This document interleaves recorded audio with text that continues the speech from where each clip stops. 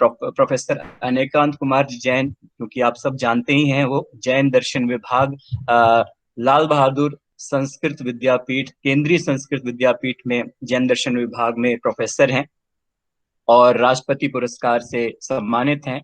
और उनकी कई सारे लेख हम हमेशा पत्र पत्रिकाओं में, रिसर्च जर्नल्स में पढ़ते ही रहते हैं। एक मूर्धन्य विद्वान है जैन दर्शन के, उनके अंडर में कई लोगों ने पीएचडी की हुई है। वो खुद इवैल्यूएशन करते हैं शोध कार्यों का। तो हमने उनको आग्रह किया, उन्होंने हमारे अनुरोध को स्वीकारा, तो मैं उनका स्वागत करता हूं इस प्रोग्राम में। और मैं बहुत ज्यादा वक्त नहीं लेता हूं, उनको आमंत्रित करता हूं कि कृपया वो अपने उद्गार से, अपने विचारों से हमें लाभान्वित करें। अनंत धर्मस्तत्वं पश्यन्ति प्रत्यगात्मनः अनेकांतमयी मूर्ति नित्यमेव प्रकाशिता। धम्मो मंगल मुक्तिट्टम अहिंसा संयमो तवो देवावीतम नमस्सन्ति जस्य धम्मे सयामो। बहुत बहुत धन्यवाद डॉक्टर अरिहंत जी, आपने एक अच्छे विषय पर ये चर्चा आयोजित की है।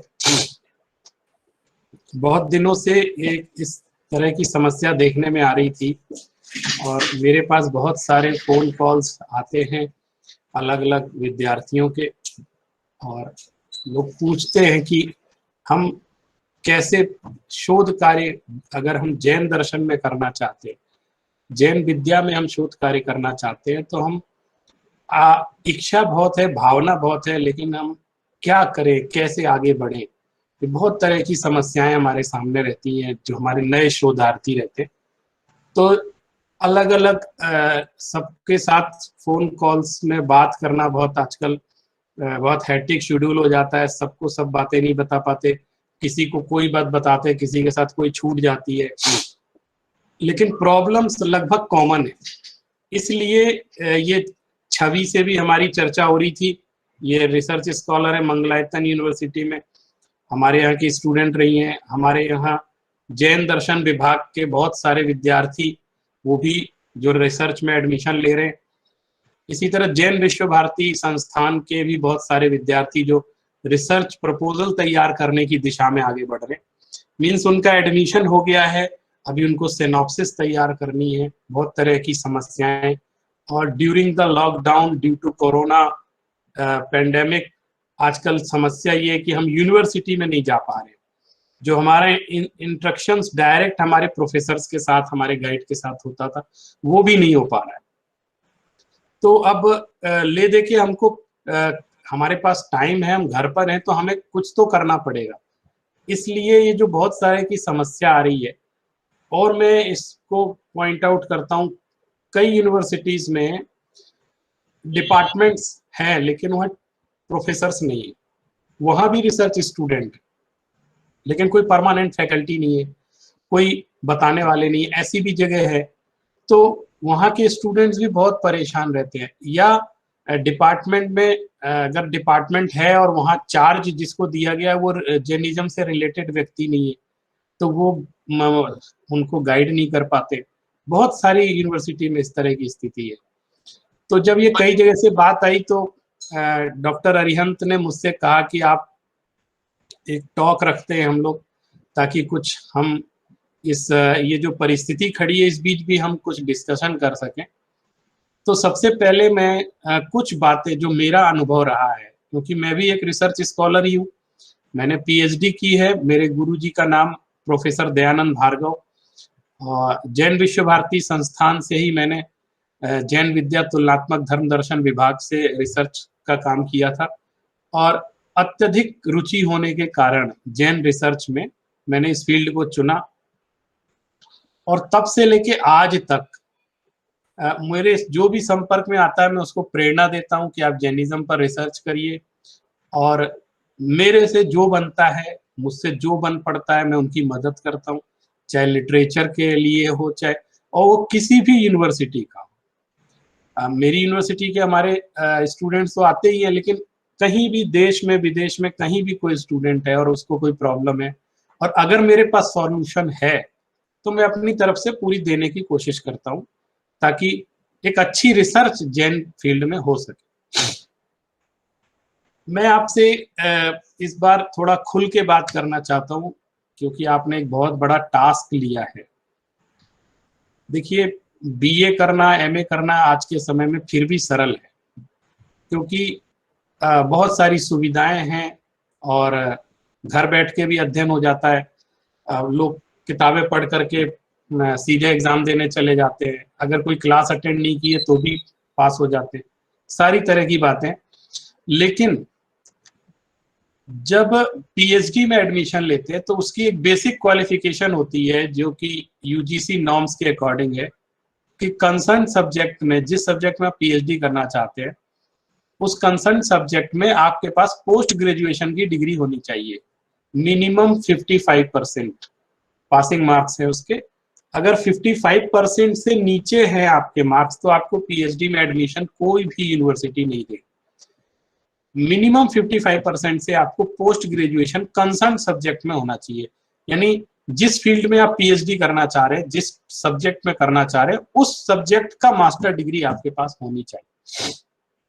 कई बार क्या होता है, लोग दूसरे सब्जेक्ट में पोस्ट ग्रेजुएशन करते हैं और आते हैं, कहते हैं हमें जैनिज्म में पीएचडी करनी है। तो ये थोड़ा सा स्थिति बड़ी विचित्र हो जाती है, और लोगों के मन में क्या रहता है कि जैनिज्म तो बहुत सरल है, हम तो बचपन से सुनते आए हैं, एडमोकार मंत्र हमको आता ही है, और मंदिर में हम प्रवचन सुनते हैं और क्लास भी हमने अटेंड की है, मंदिरों में अलग अलग स्वाध्याय किया है, तो हमको तो सब आता है, तो हम पीएचडी कर सकते हैं, हम क्यों नहीं कर सकते, ये उनके मन में आता है। लेकिन जो यूजीसी के रूल्स रेगुलेशन है, उन्होंने एक स्टेप्स तय कर रखे हैं कि अगर आपने पोस्ट ग्रेजुएशन किया है तो ही आप उसके लिए एलिजिबल माने जाते हैं, नहीं तो आप पीएचडी करने के लायक नहीं है, एलिजिबल नहीं, एलिजिबिलिटी नहीं है। आपको ज्ञान बहुत हो सकता है, लेकिन रिसर्च एक एकेडमिक प्रक्रिया है और उसकी एक एकेडमिक एलिजिबिलिटी बनती है, जो आपको पूरी करना बहुत जरूरी है। कई जगह सीआरसी की मीटिंग में और पीएचडी एडमिशंस में मुझे अलग अलग यूनिवर्सिटी में जाने का अवसर मिलता है। आपको एक छोटा सा उदाहरण बताता हूँ। एक मैनेजमेंट के व्यक्ति थे, मैनेजमेंट से उन्होंने एमबीए वगैरह किया था, और वो जर्नलिज्म डिपार्टमेंट में आकर के एक रिसर्च प्रपोजल लेकर आए और कहने लगे मुझे पीएचडी करनी है, और वो रिसर्च प्रपोजल भी बना के ले आए। हमने उनसे जैन दर्शन के 2-3 सिद्धांतों के बारे में पूछा कि आप उसके बारे में क्या जानते हैं, तो वो उत्तर नहीं दे पाए अच्छे से, और वो कहने लगे कि मुझे जैनिज्म में पीएचडी करनी है। तो मैंने कहा आप जब आप पोस्ट ग्रेजुएट मैनेजमेंट में हैं तो आप मैनेजमेंट में पीएचडी कीजिए, आप जैनिज्म में क्यों कर रहे हैं? वो कहने लगे मैं जैन हूं इसलिए कर रहा हूँ, और मैं चूंकि बैकग्राउंड जैनिज्म का है इसलिए मैं जैनिज्म में पीएचडी कर रहा हूँ। तो सबसे पहले मैं आपको ये बात बताना चाहता हूँ कि आपके बैकग्राउंड से इसका कोई रिलेशन नहीं है एकेडमिक फील्ड का। आप भले ही खानदानी रूप से जैनिज्म बहुत जानते हैं, लेकिन अगर आप एकेडमिकली आपने ग्रेजुएशन पोस्ट ग्रेजुएशन नहीं किया है, तो आपको एडमिशन नहीं मिलेगा। वो मेरी बात समझ नहीं रहे थे, फिर मैंने उनसे कहा कि आप मैनेजमेंट इंस्टीट्यूट में इतने अच्छे पद पर हैं, तो आप मुझे बताइए कि मैं जैनिज्म से एमए हूं और मैं मैनेजमेंट में पीएचडी करना चाहता हूं, तो आप मुझे एडमिशन देंगे? तो वो बोले नहीं, आप कैसे करेंगे, आपने मैनेजमेंट में कुछ पढ़ाई की नहीं। तो मैंने कहा यही बात तो मैं आपसे कह रहा हूँ, मुझे भले ही कितना अच्छा मैनेजमेंट आता हो, लेकिन मैं मैनेजमेंट के लिए पीएचडी करने का हकदार नहीं बनता, क्योंकि मैंने मैनेजमेंट में पढ़ाई नहीं की। इसी तरह जैनिज्म की बात। अब मैं समझता हूँ हमारे साथ जितने लोग जुड़े हैं उसमें लगभग सभी लोगों ने जैनिज्म से एमए किया है या जैन दर्शन से आचार्य किया है, प्राकृत एंड जेनोलॉजी में एमए किया है, ऐसे लोग हमारे साथ जुड़े हैं। अब वो लोग, उन्होंने अलग अलग यूनिवर्सिटी में एंट्रेंस एग्जाम दिया है, एंट्रेंस एग्जाम क्वालिफाई भी कर लिया है। आपको बता दूं, ये एक पहला टास्क है जो आपने पूरा कर लिया कि आपने एंट्रेंस एग्जाम पास कर लिया है और आपने एडमिशन ले लिया है। अब क्या है, यूजीसी के रूल्स के अकॉर्डिंग पहले ऐसा नहीं होता था, लेकिन पिछले कुछ वर्षों से ये हो रहा है कि आपके समक्ष 6 मंथ की एक ट्रेनिंग होती है। वो 6 मंथ की ट्रेनिंग, उसको कोर्स वर्क बोलते हैं, वो करना जरूरी होता है और उस कोर्स वर्क के एग्जाम्स क्लियर करने पड़ते हैं, तब जाकर के आप रिसर्च प्रपोजल बनाने के लायक होते हैं। वो ट्रेनिंग का क्या मतलब है कि अभी आपने एमए किया था और एमए में आपने कॉपियों में क्वेश्चन आंसर लिख लिए, एग्जाम दिया और आप पास हो गए। लेकिन बहुत सारे लोग ऐसे हैं जिन्होंने जीवन में कभी भी एक आर्टिकल नहीं लिखा, एक रिसर्च आर्टिकल नहीं लिखा, वो अचानक से पीएचडी करने आ गए। तो पीएचडी तो बहुत बड़ी चीज होती है, तो कैसे पीएचडी करें? जिसको रिसर्च आर्टिकल लिखना नहीं आता है, रिसर्च आर्टिकल आप समझ लीजिए पीएचडी का एक बहुत छोटा सा पार्ट है, और वो जिसने नहीं लिखा या उसकी ट्रेनिंग जिसको नहीं हुई है, वो सीधे पीएचडी करेगा तो कैसे करेगा? वो घबरा जाएगा, वो पीएचडी नहीं कर पाएगा। और अधिकतर पीएचडी में एडमिशन लेने वाले लोग बड़ी भावुकता से एडमिशन लेते हैं कि मुझे कुछ करना है और मुझे कुछ शोध करनी है, मुझे कुछ खोज करनी है, ऐसे उनके मन में रहता है। ये सारी बातें मैं आपको इसलिए बता रहा हूँ क्योंकि मैं इस तरह से रूबरू होता रहता हूँ लोगों से, मेरे पास आते हैं लोग। जैसे एक छोटा सा उदाहरण बताता हूँ आपको। एक लड़की, एक स्टूडेंट आई हमारे डिपार्टमेंट में, वो कहने लगी मुझे जैनिज्म में पीएचडी करनी। तो मैंने कहा अच्छी बात है, और उसने जैनिज्म से एमए भी कर रखा। तो मैंने पूछा आप क्यों करना चाहते हैं, क्या है आपके लिए, क्यों करना चाहते हैं पहले तो ये, और दूसरा किस टॉपिक पे करना चाहते हैं क्या? तो उसने कहा कि मैं ध्यान पर पीएचडी करना चाहता हूँ, ध्यान, मेडिटेशन। तो मैंने कहा मेडिटेशन से रिलेटेड आपने कौन कौन सी बुक्स पढ़ी हैं, आपने कितने आर्टिकल पढ़े हैं, कितने आर्टिकल लिखे हैं? तो कह रही ये सब मैंने कुछ नहीं किया अभी तक।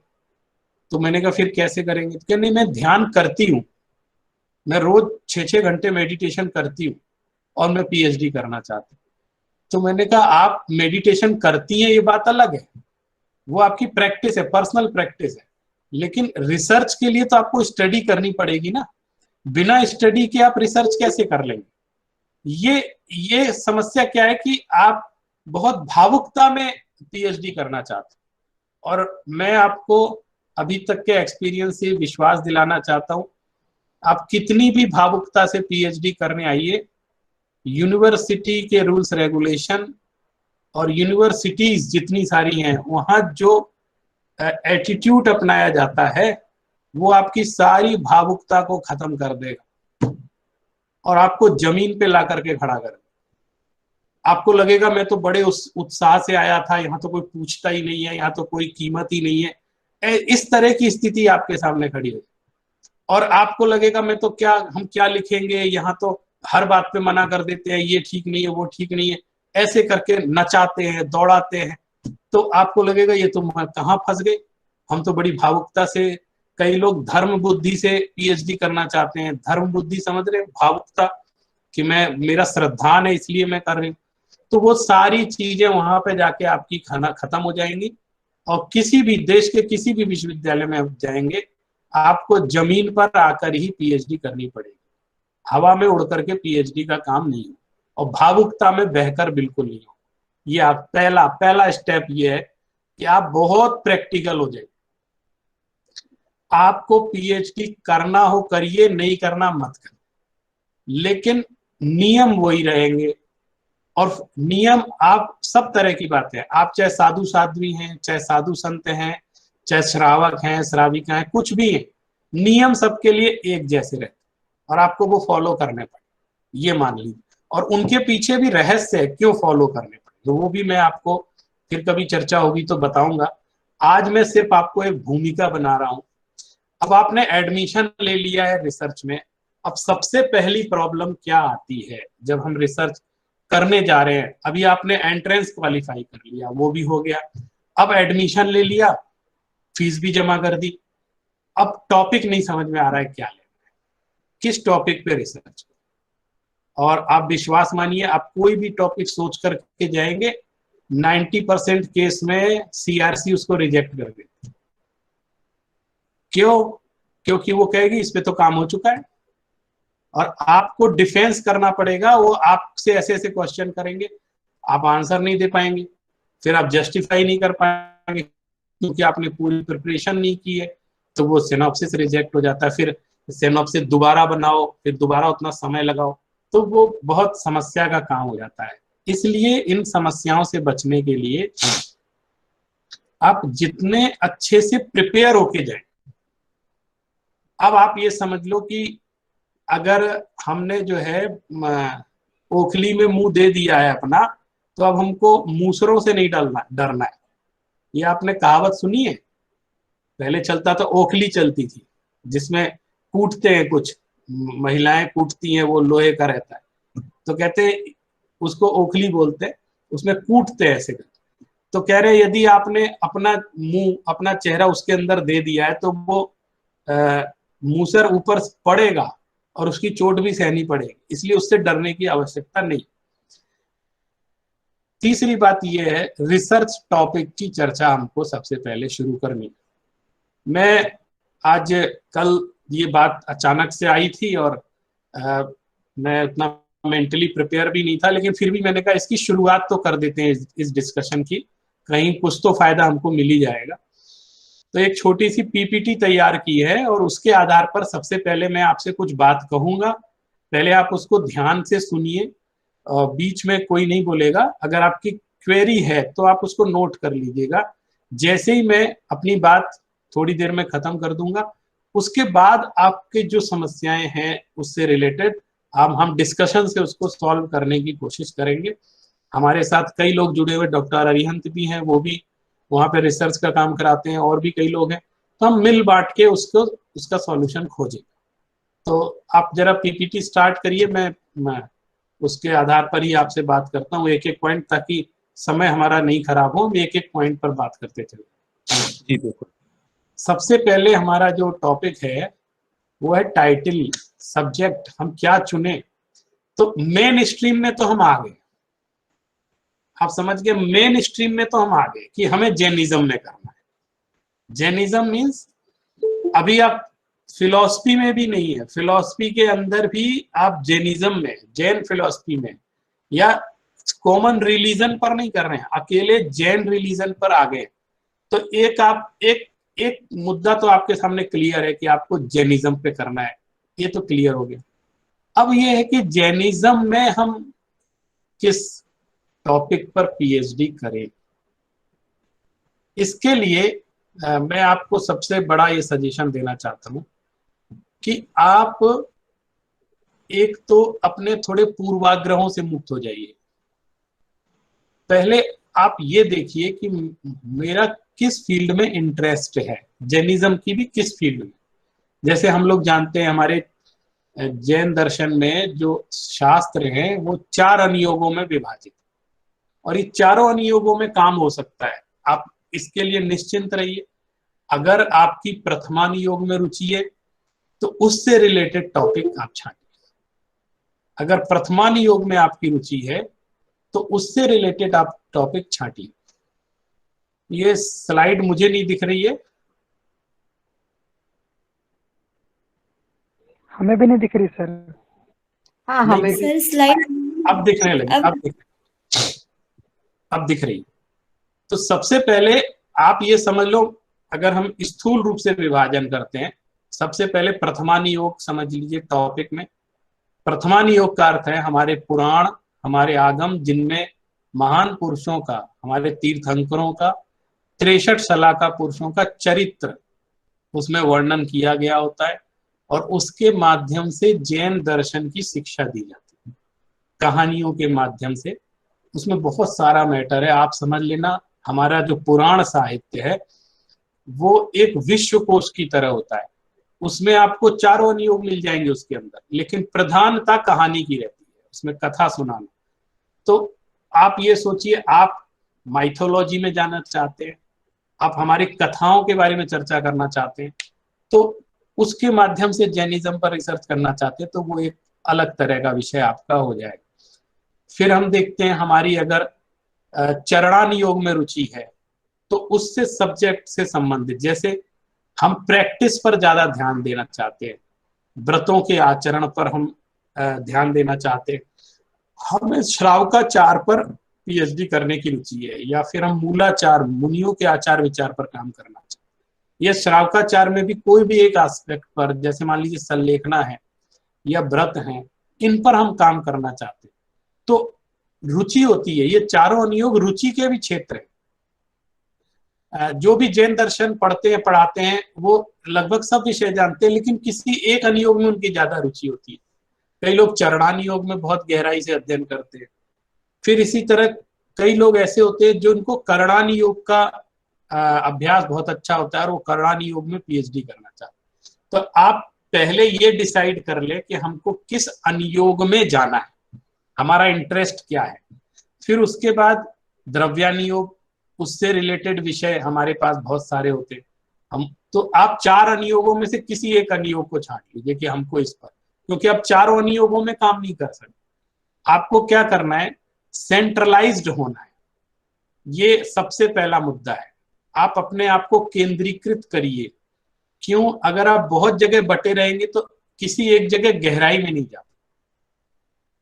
जैसे मैं आपसे कहता हूं, आप जब ग्रेजुएशन कर रहे थे तो आपके सामने पास 3 सब्जेक्ट थे, आपको 3 सब्जेक्ट पढ़ने होते थे।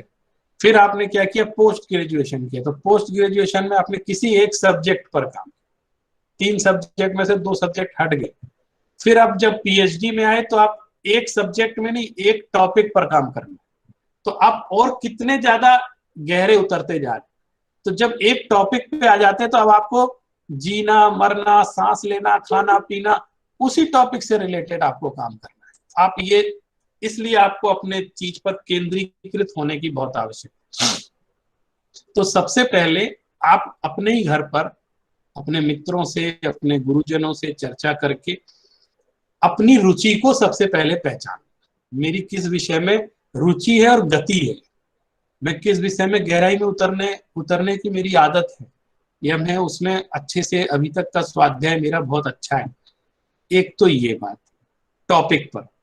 फिर दूसरा आता है टॉपिक पर, जब आप किसी एक विषय पर उतर गए, मान लीजिए आप द्रव्यानी योग में उतर गए या जैन सिद्धांतों में कोई भी सिद्धांत पर उतर गए, तो आपने कहा इस विषय पर मुझे काम करना है, इसमें मेरी रुचि है, मेरा आज तक का स्वाध्याय अच्छा है।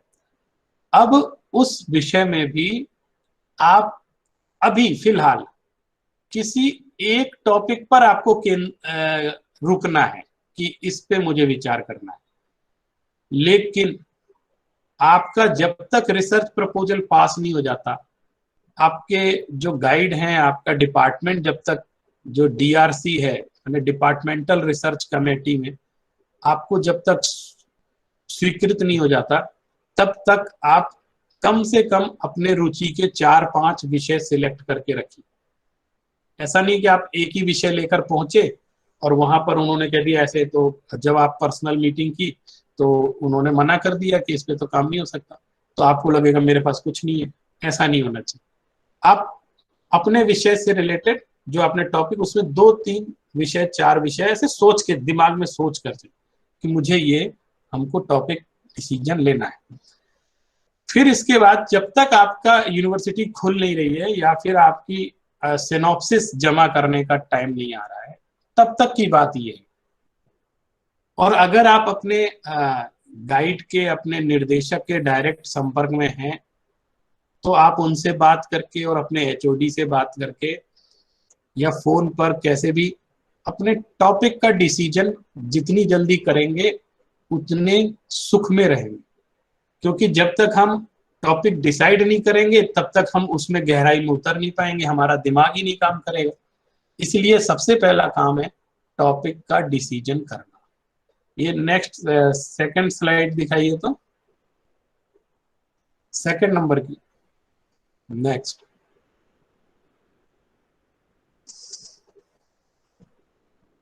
मेरे ख्याल से ये आप उस पे जाओ, स्लाइड शो पे नेक्स्ट करो आप। हाँ, तो सबसे पहला हमारा विषय का चयन।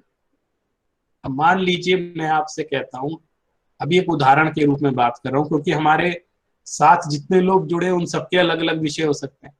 तो मैं एक उदाहरण लेके चलता हूं। मान लीजिए आपने अहिंसा विषय का चुनाव किया, कि मुझे अहिंसा, ये अहिंसा एक विषय हो गया कि मुझे अहिंसा पर काम करना।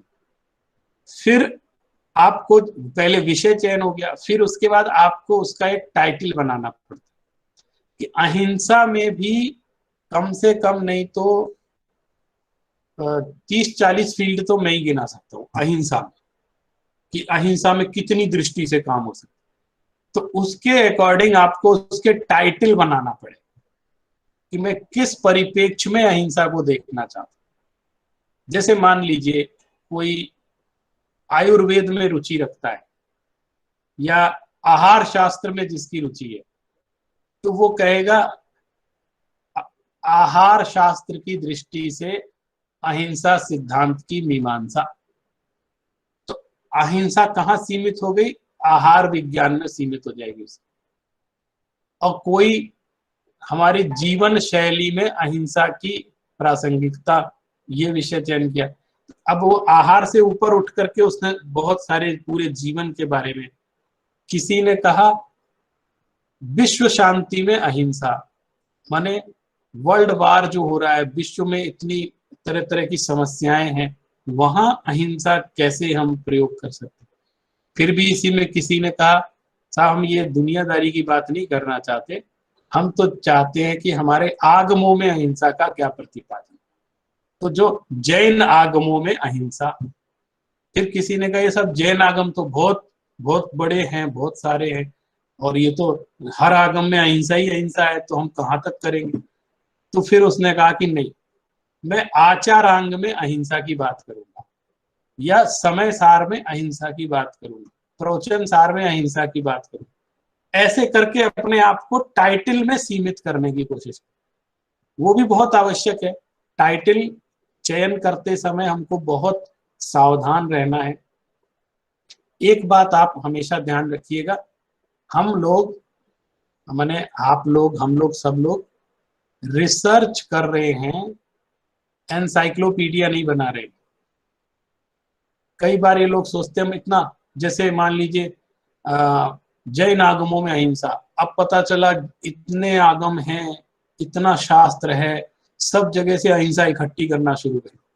तो ये आप कोई एनसाइक्लोपीडिया बनाने, डिक्शनरी थोड़ी बना रहे हैं अहिंसा पे, आप तो रिसर्च करने आए थे। तो आपको इसलिए कहीं एक टॉपिक पर आपको टाइटल एक ऐसा बनाना पड़ता है कि आप सीमित हो जाए। टाइटल के बारे में 2-3 तरह की बात मैं आपसे कहना चाहता हूं। जैसे मैंने अनुयोगों का विभाजन किया आपको, उसी तरह जब आप किसी एक अनुयोग में आ भी गए, किसी एक सब्जेक्ट में आ गए, तो भी 2-3 तरह की बातें वहां होती। जैसे आप किसी एक ग्रंथ पर काम करना चाहते, तो वो एक अलग तरह का विषय बनेगा। जैसे मान लीजिए कोई जैन दर्शन का कोई ग्रंथ है आचार्यों के द्वारा प्रणीत, और उस पर अभी तक किसी ने छुआ नहीं है, उसको काम नहीं किया, उस पर काम नहीं किया मतलब उस पर रिसर्च नहीं हुई, छप गया है, उसका अनुवाद भी हो गया है, लेकिन किसी ने अभी तक उस पर रिसर्च का काम नहीं किया। तो आप ऐसे ग्रंथ का चयन करें और उस पर काम करें। मैं उदाहरण देता हूं, मान लीजिए आपने पुरुषार्थ सिद्धि पाए नामक ग्रंथ को चयन कर लिया, तो अब आप पुरुषार्थ सिद्धि पाए ग्रंथ का समीक्षात्मक अध्ययन, अब इसमें जो जो विषय आएगा हम सब पे डिस्कशन करेंगे, लेकिन आप कहाँ पे आप सेंट्रलाइज्ड हो गए? एक बुक पर, एक किताब, एक ग्रंथ को आपने अपना ध्येय बना लिया कि इसकी मुझे समीक्षा करनी है, इसमें जो जो विषय आया इस पे समीक्षा। फिर एक होता है आप किसी आचार्य को केंद्रीकृत कर रहे हैं, जैसे आपने कह दिया मैं आचार्य अमृत चंद्र पर काम करना चाहता हूं। तो अब आचार्य अमृत चंद्र का व्यक्तित्व कर्तृत्व है, तो आचार्य अमृत चंद्र ने क्या क्या काम किया है उस सब पे आपको डिस्कशन करना। तो ये हो गया ना, पुरुषार्थ सिद्धि पाए तो एक ग्रंथ पर हो गया, आचार्य अमृत चंद्र बहुत बड़े विषय पर हो। लेकिन आपने कहा नहीं हम अहिंसा पर काम करना चाहते, तो आपने आचार्य अमृत चंद्र के ग्रंथों में प्रतिपादित अहिंसा ये टॉपिक रख लिया। तो अब आप किस पर आ गए? एक सिद्धांत पर सीमित हो। ऐसे टॉपिक आपको चयन करने पड़ेंगे ताकि आप अपने विषय में केंद्रीकृत रहें, सेंट्रलाइज्ड रहें, डिस्टर्ब ना हो। तो इस तरह आप विचार करके, और एक होता है प्रॉब्लम, प्रॉब्लम के आधार पर रिसर्च का चयन होता है, टॉपिक का चयन होता है। जैसे अहिंसा कोई ले तो अहिंसा से संबंधित समस्याएं और उसका समाधान, इस विषय पर आप काम कर सकते हैं। एक है, मैंने एक विषय इसलिए पकड़ लिया ताकि उसी के आगे पीछे आपको लेकर के बात बताता रहूं। अब मान लीजिए अहिंसा है, तो अहिंसा पर प्रैक्टिकल रिसर्च भी हो सकती है। प्रैक्टिकल रिसर्च कैसे? अहिंसा के सिद्धांतों का प्रायोगिक प्रभाव, अहिंसा प्रशिक्षण का प्रभाव। इसमें क्या करना पड़ेगा आपको? आपको डाटा कलेक्शन करना पड़ेगा। प्रैक्टिकल रिसर्च हो गई। अभी तक जो मैं बता रहा था वो सैद्धांतिक रिसर्च, आपको प्रिंसिपल्स पे डिस्कशन करना है। अब क्या ये प्रैक्टिकल रिसर्च, अधिकतर जो और सब्जेक्ट होते हैं अदर देन जर्नलिज्म, उनमें प्रैक्टिकल रिसर्च पर बहुत जोर दिया जाता है। जैसे मान लीजिए आप एजुकेशन फील्ड में, एजुकेशन डिपार्टमेंट में काम करेंगे, तो वहां पर प्रैक्टिकल रिसर्च पे बहुत जोर देते हैं।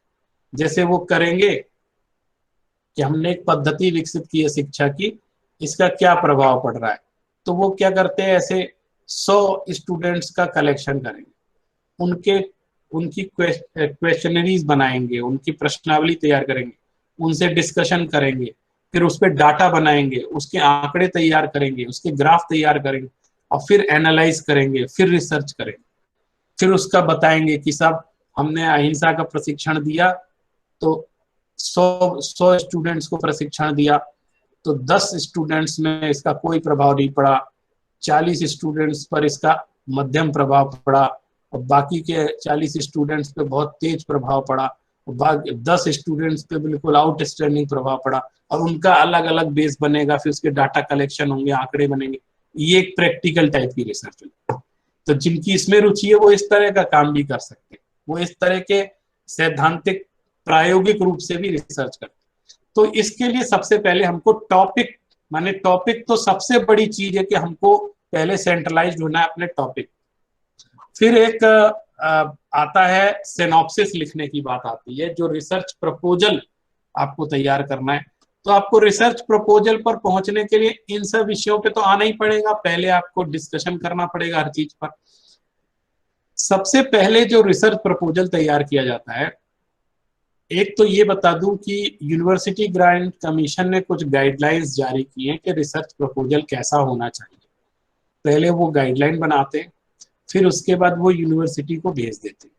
तो यूनिवर्सिटी की जो एकेडमिक काउंसिल होती है, वो अपने अकॉर्डिंग, अपने नेचर के अकॉर्डिंग, जैसे अलग अलग स्टेट में भी यूनिवर्सिटीज होती हैं, अलग अलग विषयों की होती हैं, कोई इंस्टीट्यूट इंजीनियरिंग से रिलेटेड है, कोई मेडिकल से रिलेटेड है, कोई कॉमर्स से रिलेटेड है, तो हर एक की अपनी अपनी अलग मापदंड है। तो हर यूनिवर्सिटी क्या करती है, वो रिसर्च प्रपोजल का अपना एक खुद का डायग्राम तैयार करती है, और वो अपने वेबसाइट पे अपने रिसर्च स्टूडेंट्स के लिए दे देती है कि आपको इस तरीके से रिसर्च, इन टॉपिक के आधार पर आपको रिसर्च प्रपोजल तैयार करना, उसमें ये बिंदु रहेंगे, इसके आधार पे आपको बताना। तो मैंने कुछ टॉपिक्स का सिलेक्शन किया है जो लगभग सबके यहाँ रहता है, और इसका हमारा जो मैं बता रहा हूँ, जो हमारा सीक्वेंस है, इसमें भी आगे पीछे हो सकता है, ये आप मान के चलिएगा। इसके लिए मेरा सजेशन ये है कि आप अपनी यूनिवर्सिटी में, जिस यूनिवर्सिटी में आप रिसर्च कर रहे हैं, जिस डिपार्टमेंट में आप रिसर्च कर रहे हैं, वहां जो पीएचडी सबमिट हुई हैं, उनकी सिनॉप्सिस अगर आपको मिल सके तो वो मंगा लीजिए, क्योंकि हर यूनिवर्सिटी का एक नेचर होता है, अपना अलग तरह की सिनॉप्सिस तैयार करते हैं। कोई कहीं कुछ क्रम पहले बता देते हैं, कोई बाद में बता देते हैं, मैंने उसमें सीक्वेंस में फर्क पड़ जाता है। तो उस तरीके से ही तैयार करना है, लेकिन उनमें क्या क्या सावधानी रखनी है, क्या हमको लिखना चाहिए, इसके विषय में एक छोटा सा इंट्रोडक्शन मैं यहाँ दे देता हूँ, फिर मैं आपसे डिस्कशन करूंगा। सबसे पहले हमको किसी भी रिसर्च प्रपोजल का इंट्रोडक्शन तैयार करना पड़ता है। उस इंट्रोडक्शन में क्या होता है, आप जब किसी भी विषय पे, टॉपिक पे आते हैं, तो उसका एक हेल्दी इंट्रोडक्शन होना चाहिए। सिंपल ऐसे नहीं लिखना है, निबंध नहीं लिखना है जैसे कि 10th 12th के बच्चे निबंध लिखते हैं, ऐसे नहीं लिखना है। आपको उसकी एक तो इम्पोर्टेंस बतलानी कि ये जो मैंने टॉपिक लिया इसका क्या महत्व है, बहुत अच्छे शब्दों में।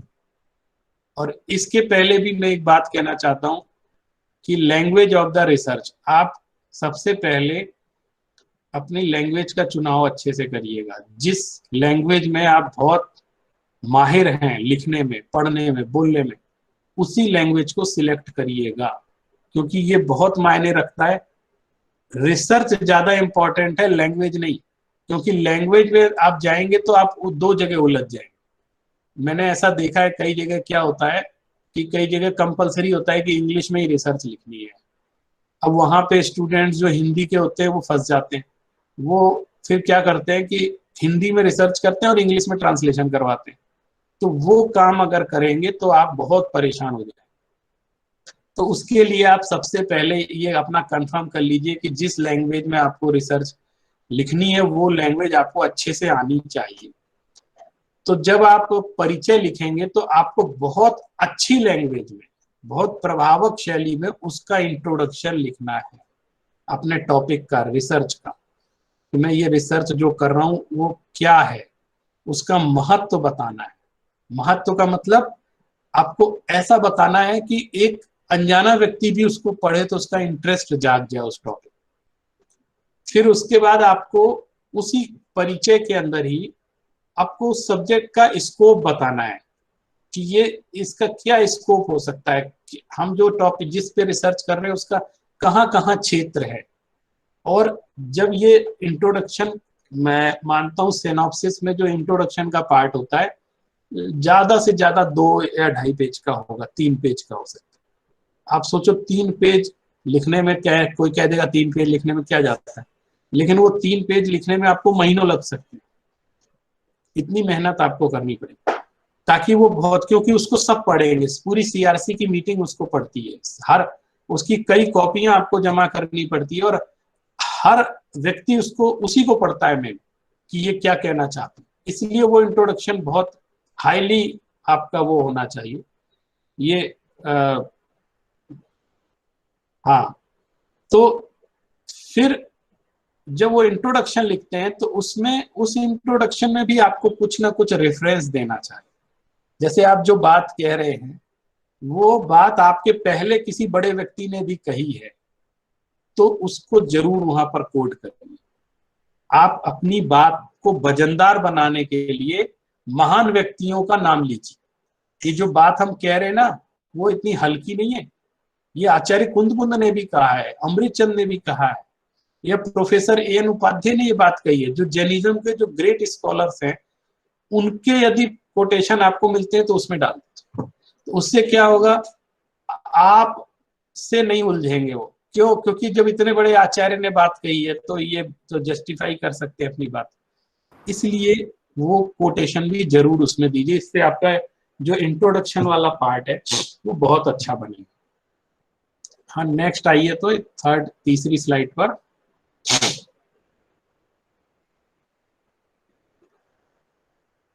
हेलो, मेरी आवाज आ रही है? जी सर, आ रही है। हाँ, तीसरी स्लाइड्स को दिखाइए। तो हम लोगों को एक बहुत बड़ा काम करना पड़ता है लिटरेचर रिव्यू का। आप इसकी इंपॉर्टेंस समझिए। अब हर सिनॉप्सिस में लिटरेचर रिव्यू एक माने कंपलसरी टॉपिक है, उसको आपको लेना ही लेना पड़ता है, उसमें बताना पड़ता है। अब लिटरेचर रिव्यू क्या है, इसका एक कॉमन कॉन्सेप्ट है। जैसे मैं आपको अहिंसा विषय पर चर्चा करके चल रहा हूं, तो अहिंसा पर किन किन ग्रंथों में काम मिलता है, मुख्य वो कौन से ग्रंथ हैं, उनका हल्का सा नाम माने इंट्रोडक्शन थोड़ा सा। फिर उसके बाद लिटरेचर रिव्यू का असली मतलब ये होता है कि अहिंसा पर जो जो रिसर्च हुई है अभी तक वो आपने देखी है कि नहीं देखी, तो आप उनको देखें कि अहिंसा पर कितने लोगों ने रिसर्च की है, आप उनको देखें। उनका उनके बारे में लिखें कि साहब इस विषय पर, अहिंसा विषय पर इतने लोगों ने ये काम किया है। और आप जो काम करने जा रहे हैं वो कैसे इंपॉर्टेंट है कि अभी तक इस विषय में इतने काम हो चुके लेकिन इसमें ये काम रह गया है, अभी तक हुआ नहीं। उन्हीं कामों में, माने इसको बोलते हैं रिसर्च गैप। ये उसका रिसर्च रिव्यू का एक बहुत बड़ा पॉइंट है। अब जैसे आप अपने जैनिज्म में जब काम करते हैं ना, हम तो जैनिज्म के हिसाब से ही बात कर रहे हैं, तो आप लिटरेचर रिव्यू में आप थोड़ा आगम साहित्य के बारे में लिखिए कि आपके टॉपिक से रिलेटेड आगम साहित्य कौन सा है। फिर उसमें प्राकृत के, अपभ्रंश के, संस्कृत के, हिंदी के, ये सब साहित्य आने चाहिए। फिर प्रकाशित आधुनिक साहित्य, अगर आपके टॉपिक से रिलेटेड किसी व्यक्ति ने बहुत अच्छी किताब लिखी है जो मूल ग्रंथ भले ही नहीं है, मूल ग्रंथ माने आचार्यों के द्वारा पढ़ी थी, लेकिन किसी विद्वान के द्वारा बहुत अच्छा ग्रंथ लिखा गया, तो उसके बारे में बताइए और उसमें क्या बात कही गई है ये भी बताइए। फिर रिसर्च लिटरेचर के बारे में बात, असली चीज ये है कि रिसर्च लिटरेचर के बारे में बात करिए। फिर उससे रिलेटेड, जो आपके टॉपिक से रिलेटेड जो पब्लिश्ड अनपब्लिश्ड रिसर्च हुई हैं यूनिवर्सिटीज में, उनके बारे में भी आप बात बताइए। अभी बताएंगे इसका कैसे पता लगेगा कि क्या क्या हुआ है, कहाँ कहाँ हुआ है। तो उसके लिए कुछ बुक्स हैं, जैसे एक किताब है इधर, ये हाँ वो वाली है ना, उधर रहती है, डॉक्टर कपूर चंद जैन जी की एक बुक है, प्राकृत जैन विद्या शोध संदर्भ। अभी मैं मेरी लाइब्रेरी में मैं दिखा सकता हूँ आपको। इसमें लगभग कई वर्षों तक विभिन्न यूनिवर्सिटीज में, अलग अलग यूनिवर्सिटी कॉलेजों में जैनिज्म और उससे रिलेटेड टॉपिक पर, वही ये दिख रही, हाँ ये, हाँ चौथी देखो, नहीं, हाँ ये तो जो रिसर्च हुई है उनकी एक पूरी बिब्लियोग्राफी भी हुई। तो एक बार आप इसको शुरू से अंत तक नजर मार जाइए, देखिए ये है बुक, प्राकृत जैन विद्या शोध संदर्भ। ये बहुत बढ़िया किताब है, इसकी पीडीएफ भी अवेलेबल है, आप उसको भी देख सकते हैं।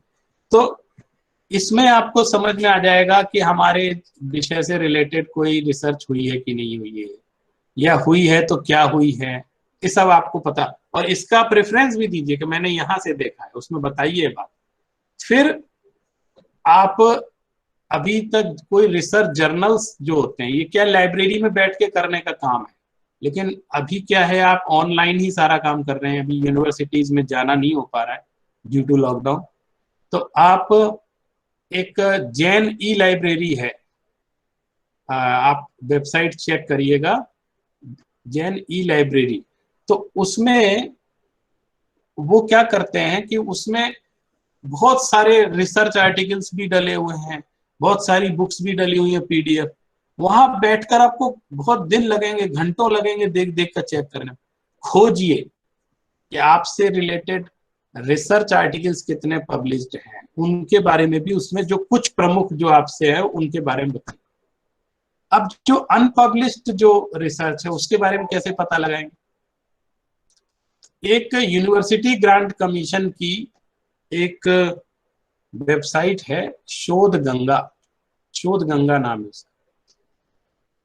वो आप चेक करेंगे तो उसमें आपको, अभी क्या है, यूजीसी ने ये कंपलसरी कर दिया है, आप लोगों को भी करना पड़ेगा, इस सारे ही जितने भी रिसर्च पूरे देश में हो रहे हैं उन सबसे सीडी मंगाते हैं, पीडीएफ, और उसको वो अपनी वेबसाइट पे अपलोड करते हैं। तो आप देखेंगे उसमें यूनिवर्सिटी के हिसाब से डाला रहता है। जैसे मान लीजिए आप जैन विश्व भारती यूनिवर्सिटी को देखेंगे, मंगलायतन यूनिवर्सिटी को देखेंगे, तीर्थंकर महावीर यूनिवर्सिटी को देखेंगे, या कोई भी, उसके वहां जो जो रिसर्च हुई है उनका एक वहां पे अकाउंट बना हुआ है, उसमें उस रिसर्च को अपलोड कर दिया गया। तो ये मेहनत का काम है, कंप्यूटर पर बैठकर आप उसमें से देखिए कि आपके टॉपिक से रिलेटेड कितनी रिसर्च हुई है, नहीं हुई है, क्या हुआ है, ये सब आपको एनालिसिस करना पड़ेगा। फिर इसके बाद आप उसको जब सबके बारे में बताएंगे, उनका पूरा रेफरेंस नोट कर लीजिए कि किस नंबर पर किस वेबसाइट में ये रिसर्च है डली हुई, उसके अंदर क्या कंटेंट्स है, आप वो पीडीएफ पढ़ सकते हैं, उसको डाउनलोड कर सकते हैं, एकदम ओपन मार्केट है। अब कोई छुपा छुपी की बात नहीं है। पहले होता था आपको उस यूनिवर्सिटी जाना पड़ेगा, वहाँ वो रिसर्च पब्लिश तो हुई नहीं, लेकिन वहाँ की लाइब्रेरी में रखी होगी, वहाँ के लाइब्रेरियन से आप रिक्वेस्ट करनी पड़ेगी, हमें वो देखना है, कैटलॉग देखना है। बड़ा आना जाना, बड़ा महीनों का काम होता था। और किस किस यूनिवर्सिटी में आप जाएंगे, कहाँ कहाँ जाएंगे, पूरे देश में तो जा नहीं सकते। लेकिन अब वो वेबसाइट होने से सारा काम आप अपने सिर्फ लैपटॉप पर कर सकते। तो वहां से आप सब सर्च करिए। फिर इन सब की स्टडी के बाद आप रिसर्च गैप देखिए कि अभी तक आपको ये जस्टिफाई करना पड़ेगा कि हम जो काम कर रहे हैं वो अब से पहले किसी ने नहीं किया। अहिंसा पर काम तो बहुत हुआ है, लेकिन जो हम करने जा रहे हैं उस पर किसी ने ध्यान नहीं दिया, या इस प्रॉब्लम को अभी तक किसी ने सॉल्व नहीं किया। तो मैं इस पे टॉपिक पे काम, तो ये आपके टॉपिक का जस्टिफिकेशन होगा लिटरेचर रिव्यू के माध्यम से।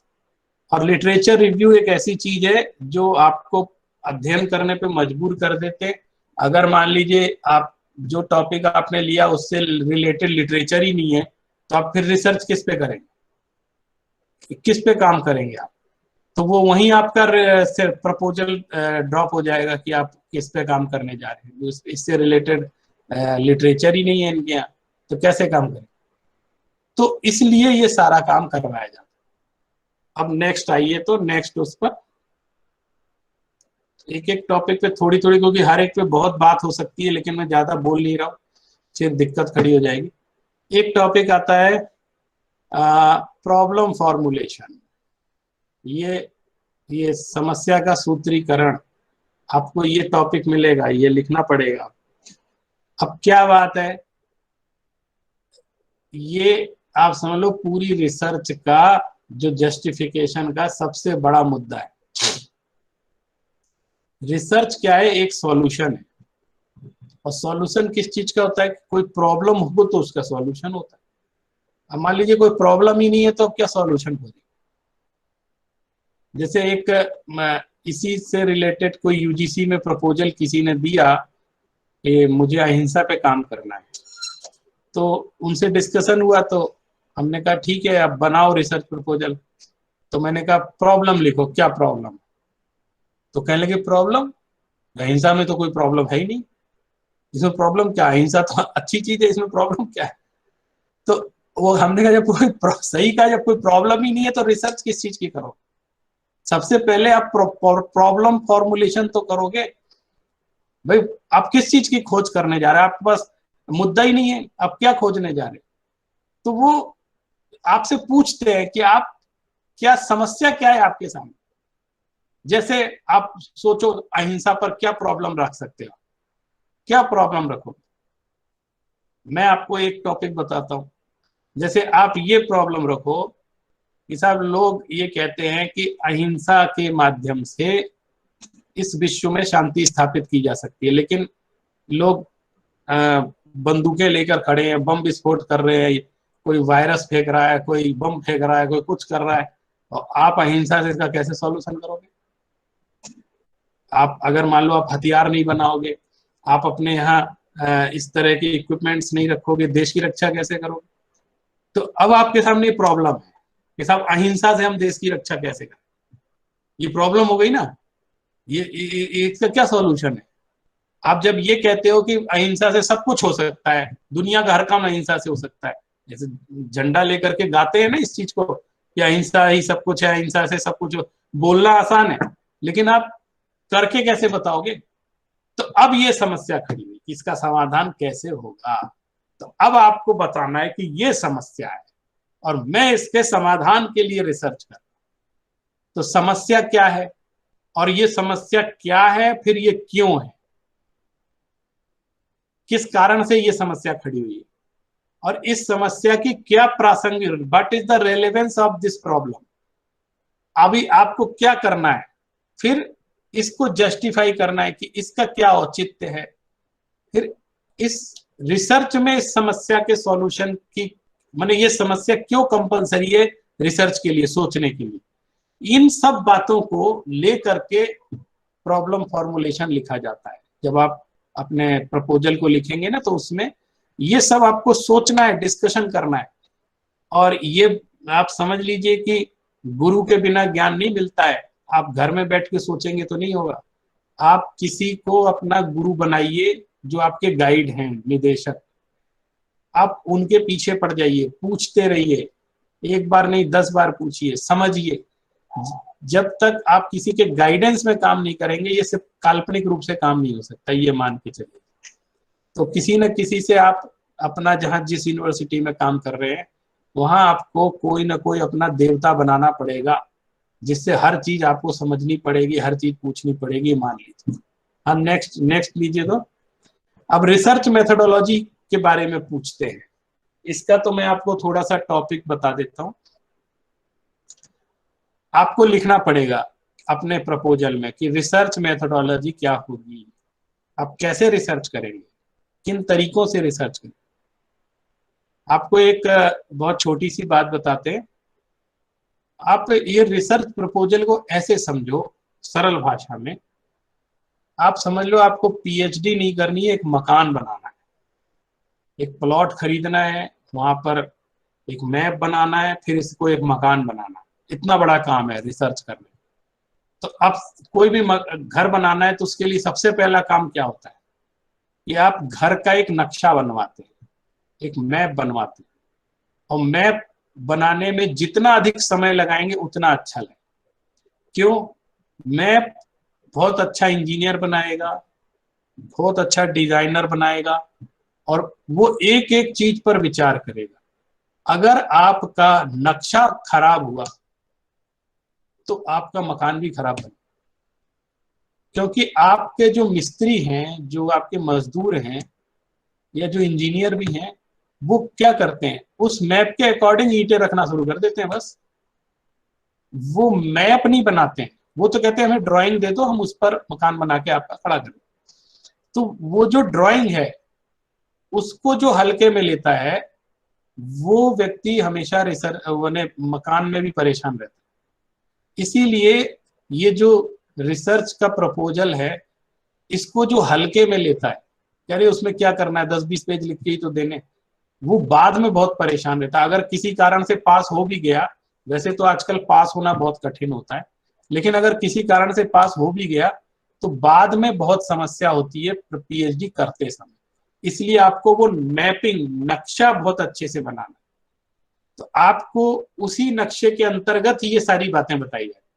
तो रिसर्च मेथोडोलॉजी के बारे में आपसे पूछा जाता है, तो मैं कुछ बातें हैं मैंने यहाँ पे आपको बताई हैं। जैसे जो भी विषय आपने लिया, उससे रिलेटेड आप बताएंगे कि हम मूल, प्राकृत, संस्कृत, अपभ्रंश भाषा के प्राचीन प्रकाशित ग्रंथों का अध्ययन करेंगे। ये हमारी मेथोडोलॉजी होगी। फिर हम इस टॉपिक से संबंधित अनुसंधान परक ग्रंथों का अध्ययन करेंगे, जो रिसर्च ओरिएंटेड बुक्स लिखी गई हैं उनका। फिर उनमें से हम सामग्री का संकलन करेंगे और उनकी संदर्भ सहित प्रामाणिक प्रस्तुति करेंगे। और हम जो टूल्स और दूसरे करेंगे, उसमें हम ये रखेंगे कि हम अलग अलग लाइब्रेरीज में जाएंगे, वहां से हम रिसर्च के अपने टॉपिक से रिलेटेड सब मैटर कलेक्ट करेंगे। हम संकेत सूची बनाएंगे, संदर्भ ग्रंथों का सूचीकरण करेंगे, अनुसंधान पत्रिकाओं का प्रयोग करेंगे, और वर्तमान में जो रिसर्च चल रही है उन पर भी ध्यान रखेंगे कि क्या हो रहा है इस समय, जो करंट क्या टॉपिक चल रहा है। फिर अगर आपका प्रैक्टिकल रिसर्च है तो आप उसमें लिखेंगे हम इसमें साक्षात्कार विधि का प्रयोग करेंगे, हम डाटा विश्लेषण करेंगे, तमाम तरह की बातें। इसमें मैंने तो कुछ बातें लिखी, ये आप बताएंगे कि आप अपनी कौन सा मेथड अपनाएंगे अपनी रिसर्च करने की। इसकी बहुत सारी बातें होती है, लेकिन जैनिज्म की जो रिसर्च है मोस्टली ग्रंथों पर आधारित होती है, लाइब्रेरी बेस्ड होती है, इसलिए मैंने सारी बातें लिखी हैं। अगर कोई प्रैक्टिकल रिसर्च करना चाहता है उसमें, और तो उसकी एक अलग मेथोडोलॉजी और तरह की बन सकती है जो दूसरे सब्जेक्ट में। नेक्स्ट स्लाइड दिखाइए तो।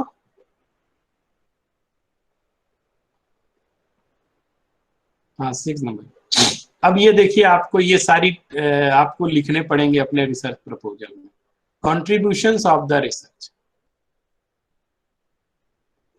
आपको ये बात बतानी पड़ेगी कि आप ये जो पीएचडी करने जा रहे हैं, आप क्या सोचते हैं, आपके पीएचडी करने से क्या, कौन सा कंट्रीब्यूशन जो ज्ञान की दुनिया में या विद्या की दुनिया में जाएगा,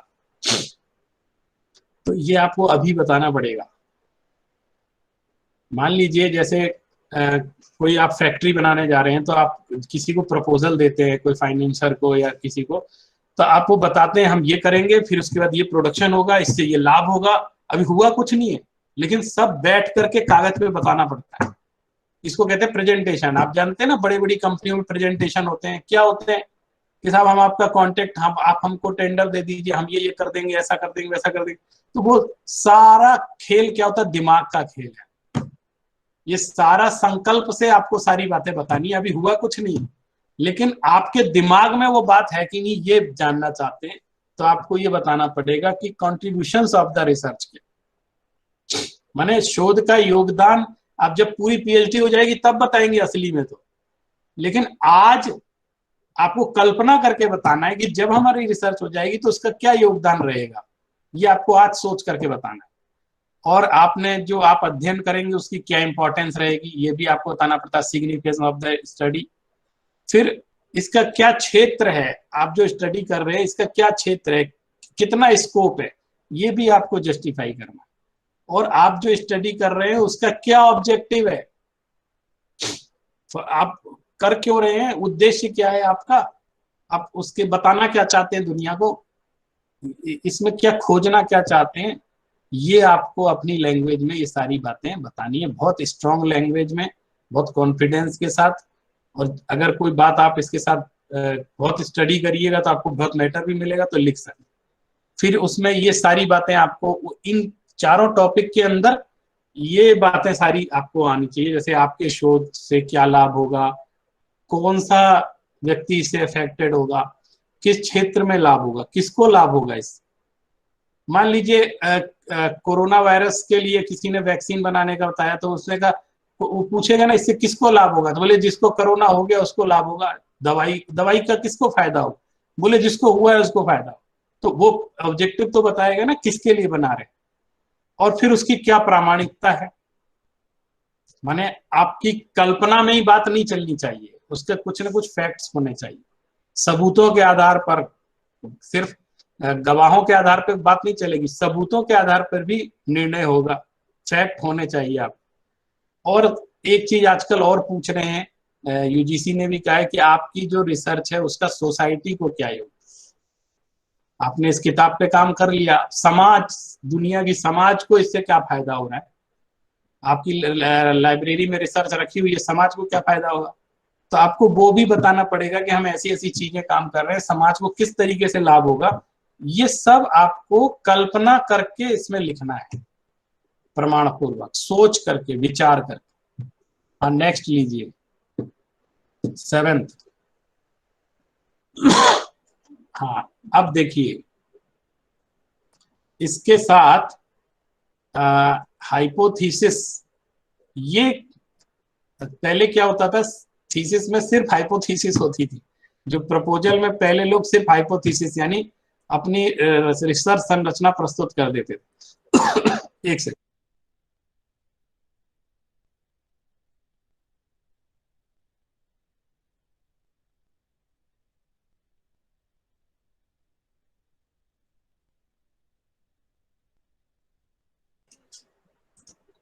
यहां क्या करना है आपको,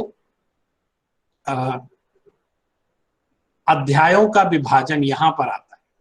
आप जो भी टॉपिक लेंगे ना उसमें चैप्टर कैसे फॉर्मुलेट करें। तो जैसे आजकल कुछ फिक्स हैं, हर यूनिवर्सिटी कुछ फिक्स रखती है चैप्टर्स, जैसे फर्स्ट चैप्टर इंट्रोडक्शन का होता है लगभग सभी जगह, सेकंड चैप्टर में लिटरेचर रिव्यू लिखना पड़ता है, ये लिटरेचर रिव्यू बाद का है, बहुत मेहनत करके लिखा जाएगा। रिसर्च प्रपोजल में जो पहला लिखा है उसमें थोड़ी बहुत बातें लिखेंगे, क्योंकि अभी आपको सिर्फ पता होना चाहिए। फिर बाद में आप स्टडी करके रिसर्च रिव्यू लिखते हैं। फिर थर्ड चैप्टर से लेकर फिफ्थ चैप्टर तक लगभग मूल विषय से रिलेटेड बात होती है। इनमें चैप्टर्स बढ़ भी सकते हैं आपके टॉपिक के अकॉर्डिंग। अगर आपकी बात नहीं आ पा रही है तो आप 5 के बाद 6 और 7 भी कर सकते हैं, है ना। ऐसा नहीं है, ये सब आप अपने गाइड से डिस्कस करके बात कर सकते हैं कि आपके यहाँ कैसे करना है। फिर लास्ट में जो चैप्टर होगा वो कंक्लूजन, वो एक चैप्टर का नाम होता है, वो होता है। फिर इसके बाद नेक्स्ट लीजिए 8वां, नेक्स्ट स्लाइड ले लीजिए। तो 8वां ये होता है रेफरेंस सेक्शन, संदर्भ सूची। और संदर्भ सूची में ये भी आपको आज बतानी पड़ेगी, जो आप काम कर रहे हो ना, इसमें किन किन बुक्स का सहारा आप लोगे ये भी आपको बताना पड़ेगा, और आपके रिसर्च प्रपोजल में ही ये दिया रहेगा। तो ये जो बिब्लियोग्राफी तैयार करनी पड़ती है, इस बिब्लियोग्राफी में भी ये जो मैंने इसमें लिखा है एमएलए स्टाइल और एपीए स्टाइल, आजकल अलग अलग मापदंड आने लगे हैं। पहले अलग चलते थे, अब रोज कुछ ना कुछ चेंजिंग आ रही है। तो आप अपने यूनिवर्सिटी से कांटेक्ट करिए, रिसर्च डिपार्टमेंट से, कि हमको किस स्टाइल में लिखना है। एमएलए स्टाइल एक ये सब विदेशी स्टाइल है, एमएलए स्टाइल अलग होती है। मैं आपको तो एक बुक है हमारे पास, एमएलए हैंडबुक और रिसर्च पेपर्स, मैंने इसके अकॉर्डिंग हमको साइटेशन करना है, हमको रेफरेंस लिखने हैं, बिब्लियोग्राफी बनानी है। और एक है एपीए स्टाइल। एपीए का तो फुल फॉर्म मुझे मालूम है, अमेरिकन साइकोलॉजिकल एसोसिएशन। इसने एक रिसर्च का मानदंड बनाया है कि ऐसे आपको बिब्लियोग्राफी तैयार करनी है, ऐसे साइटेशन करना है, ऐसे संदर्भ देने। तो उनके अकॉर्डिंग ही आपको संदर्भ सूची बनानी है, जो पीछे बनाएंगे बिब्लियोग्राफी बनानी है।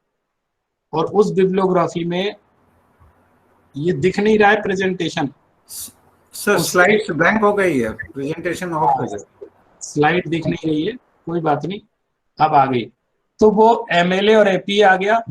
इसमें क्या करते हैं हम जैनिज्म में कि पहले मूल ग्रंथ लेते हैं, जो मूल आगम ग्रंथ हैं, मूल आचार्यों के द्वारा प्रणीत ग्रंथ हैं, उनकी सूची बनाते हैं जो हमारे टॉपिक से रिलेटेड। फिर हम सहायक ग्रंथ सूची तैयार करते हैं, माने जो राइटर्स ने लिखी है बुक्स, जो स्कॉलर्स ने लिखी, उनकी सूची बनाते हैं। इसमें एक बात ध्यान रखिएगा, अननेसेसरी कोई भी लिस्टेड नहीं करनी है बिब्लियोग्राफी। जैसे मान लीजिए कोई आपने टॉपिक लिया, उससे रिलेटेड बुक नहीं है, वो भी इसमें डाल दी, तो वो आपको माइनस पॉइंट में ले जाएगा, वो कोई भी उसको रिजेक्ट कर देगा। फिर इसी तरह जो रिसर्च जर्नल्स हैं जो आपसे रिलेटेड है, उनके नाम दीजिए। आपको पता होने चाहिए कि आपकी फील्ड में कितने रिसर्च, अच्छे रेपुटेड रिसर्च जर्नल्स पब्लिश होते हैं, उनके बारे में उनके नाम दे दीजिए। कुछ वेबसाइट्स के बारे में पता होना चाहिए जो आपसे रिलेटेड हैं, एनसाइक्लोपीडिया वगैरह, तो उनको इसमें दे दीजिए, उनके नाम दे दीजिए, उनका लिंक दे दीजिए। ये आपकी एक प्रकार से बिब्लियोग्राफी। तो इस तरह आपका पूरा एक रिसर्च प्रपोजल किसी भी टॉपिक पर आप लेते हैं तो मोटा मोटा इन्हीं सीक्वेंस में आपको रखना पड़ता है। बाकी इनके सीक्वेंस में थोड़ा सा फर्क बीच में कहीं हो सकता है, कोई टॉपिक आगे पीछे, ये अपने यूनिवर्सिटी के रिकॉर्डिंग आपको करना है। तो आज इतना लंबा चौड़ा काम था कि मुझे लगता है समय भी बहुत हो गया, 1 घंटा हो गया, लेकिन ये टॉपिक मैंने लगभग सब पे थोड़ी थोड़ी बात अपनी कह दी है। अब मैं चाहता हूं कि अब आपको अगर कोई कुछ और बात समझनी है, नहीं तो फिर कभी भी बैठ सकते हैं। आप अपना रिसर्च प्रपोजल तैयार करेंगे तो कोई अगर आपको जिज्ञासा है तो आप जिज्ञासा भी रख सकते हैं यहाँ पर। कोई भी यहाँ पे जिज्ञासा रखना चाहे